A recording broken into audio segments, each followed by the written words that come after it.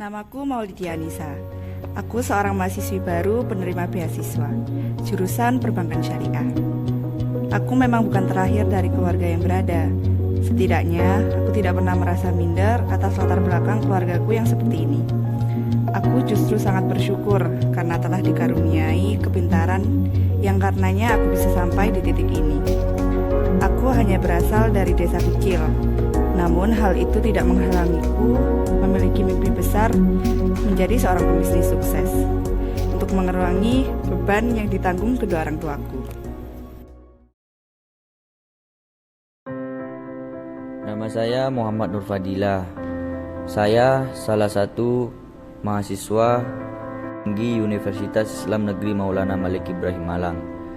Di sini saya merupakan mahasiswa yang sangat kaya, nakal, sering jengkel, sering buat masalah, sering juga melecehkan seorang perempuan. Dengan latar belakang keluarga saya yang sangat kaya, jadi saya bisa berbuat semau saya. Saya juga seorang mahasiswa yang sering gak masuk kuliah, sering ganggu. Dengan latar belakang keluarga saya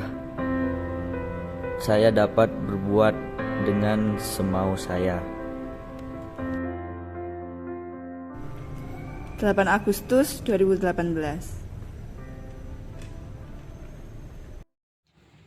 Hari itu aku bertemu dengannya. Dia kakak tingkat semester 5. Fadil, baru kudengar namanya. Lumayan manis, seru juga. Aku tidak pernah kehilangan topik jika bersamanya.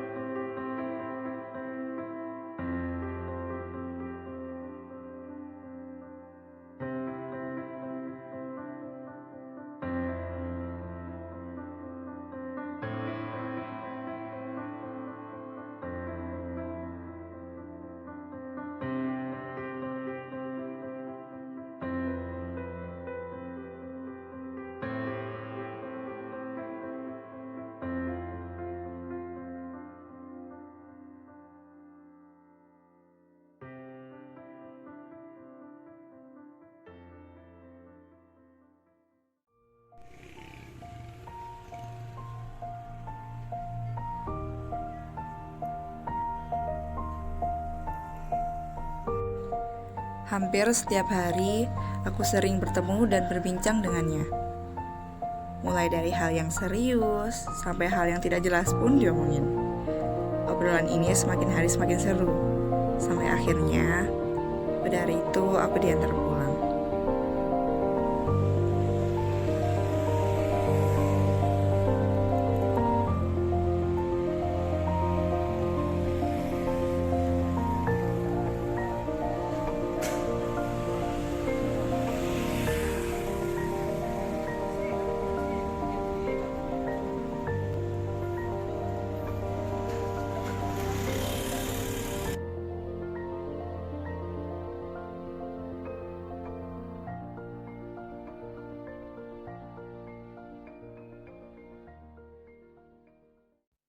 Di perjalanan, entah kenapa Fadil mulai aneh.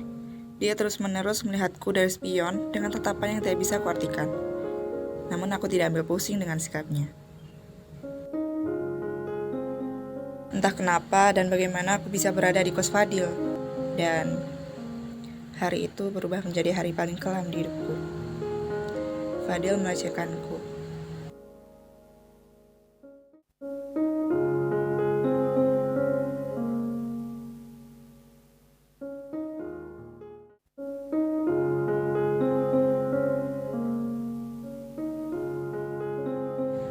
(9 Agustus 2018).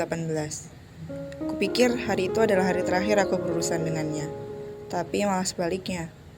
Dia mengataiku dan mengancamku untuk mencabut beasiswa. Aku hanya bisa diam, menunduk, dan mengiyakan apa yang dikatakannya.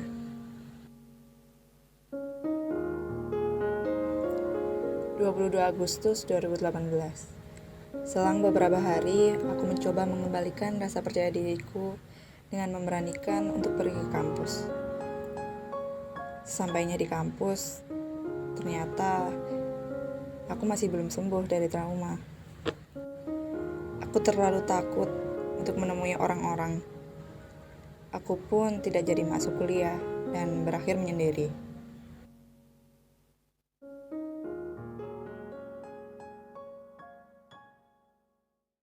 Selang beberapa jam, Ocha, sahabatku, menghampiriku.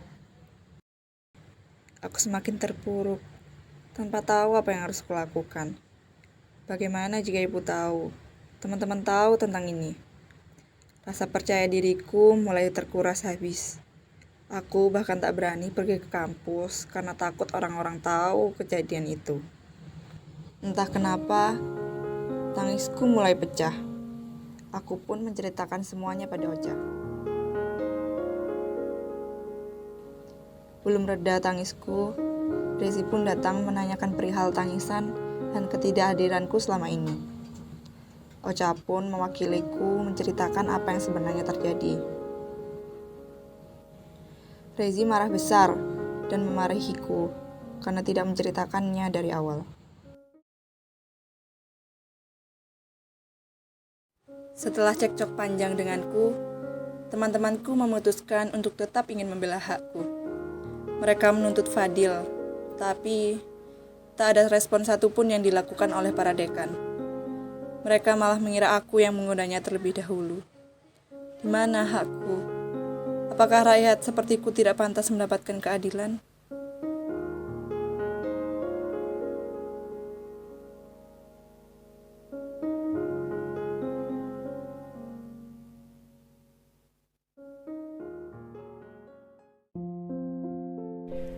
Apa kabar hukum negara yang katanya merdeka, tapi nyatanya berbeda?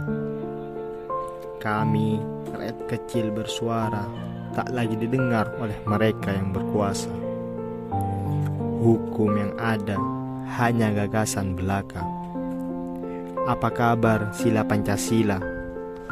Katanya keadilan sosial bagi seluruh rakyat Indonesia, tapi nyatanya keadilan milik anak penguasa semata. Istilah mata, malah hukum yang buta. Mau mencari keadilan saat di peradilan, palu hakim kekecilan untuk mengetuk kebatilan. Apakah harus berpenghasilan untuk mencari keadilan? Apakah harus menjadi orang yang serba punya untuk merasakan Pancasila seutuhnya? Tapi mengapa untuk masyarakat yang kurang mampu ada syarat dan ketentuan yang berlaku? Lekas sembuh Indonesiaku, lekaslah sembuh Indonesiaku.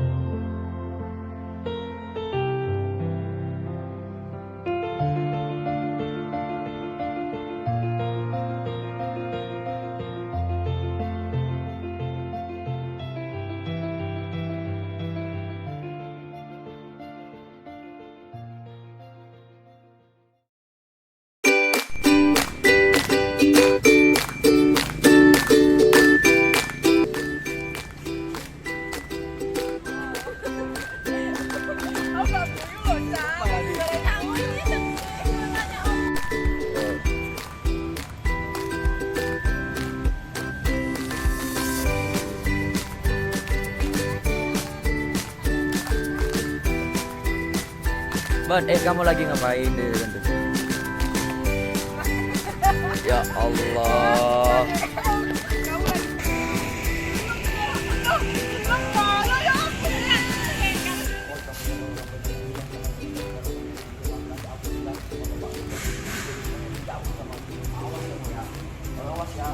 nangis, jangan lari, Cak.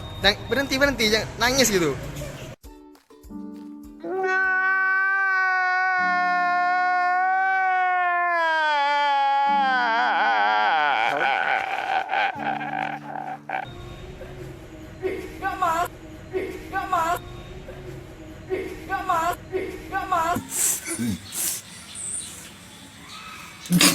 Wah, iya.